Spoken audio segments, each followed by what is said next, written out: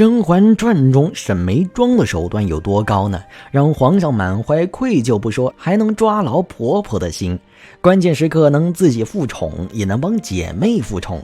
这期咱们就来唠唠沈眉庄的手段到底有多高。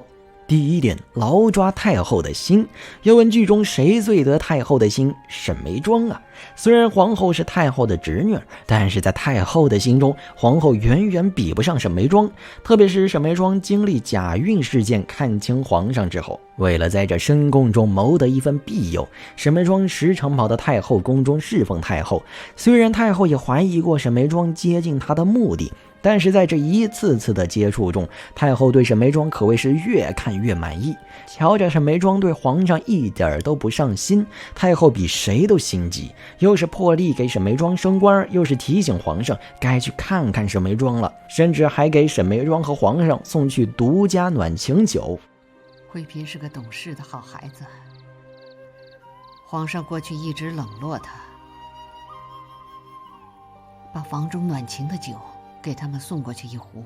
太后怎么会私藏暖情酒呢？咱也不敢说，咱也不敢问呢。但这都不是关键，关键是太后巴不得沈眉庄与皇上和好。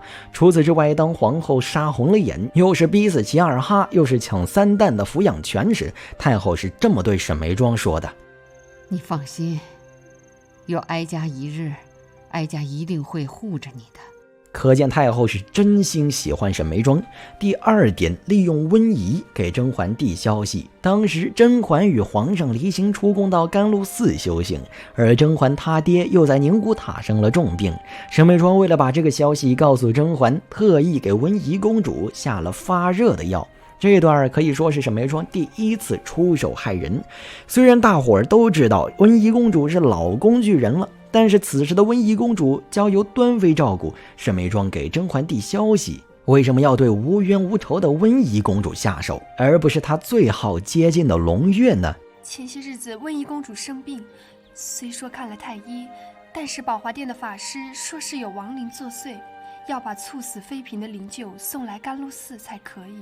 听明白了吧？亡灵作祟啊！不得不说，这就是沈眉庄的高明之处，因为她不是皇后，不能打这个太后祈福的借口出宫，所以沈眉庄只能在小孩身上动手脚，而宫中孩子能与亡灵扯上关系的只有温宜公主和3阿哥，一个是被太后和皇上派人下药搞死的，一个是被皇后逼迫自缢身亡。3阿哥养在皇后身边，她不好动手，所以沈眉庄把目标放在温宜公主身上，再加上此时端妃的病也是温太医在医治，沈眉庄想要动手就更加方便了，只是可怜了温宜公主小小年纪吃这些苦。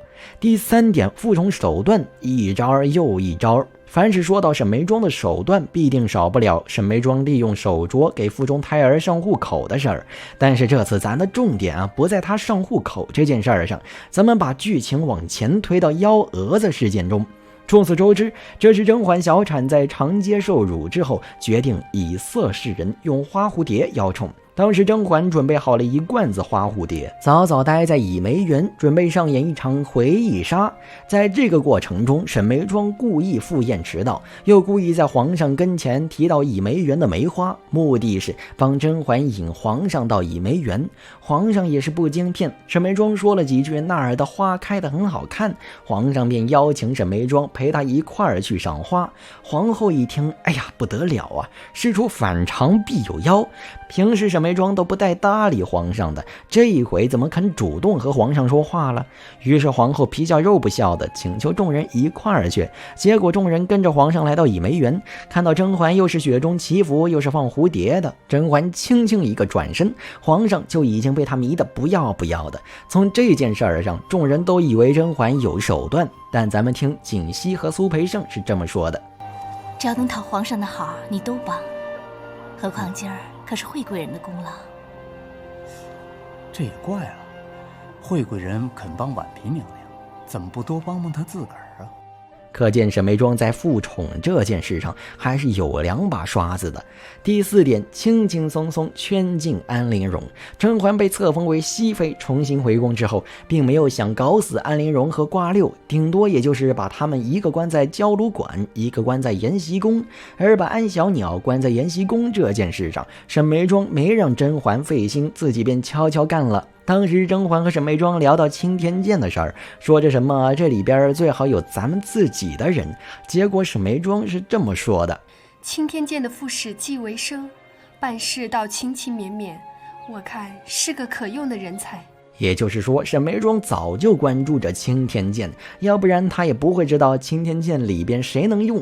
紧接着就是甄嬛去看望太后，太后看到甄嬛的肚子不像是怀了5个月，甄嬛就坦言问太医说自己怀的双生子。这时太后和皇上显得格外高兴，商量着要不要昭告天下来一番庆祝。甄嬛劝皇上等瓜熟蒂落再庆祝也不迟。太后点头表示认可后，说了这么一句：还有，皇后病虽不重，却一直未能痊愈，不如请青天剑看看。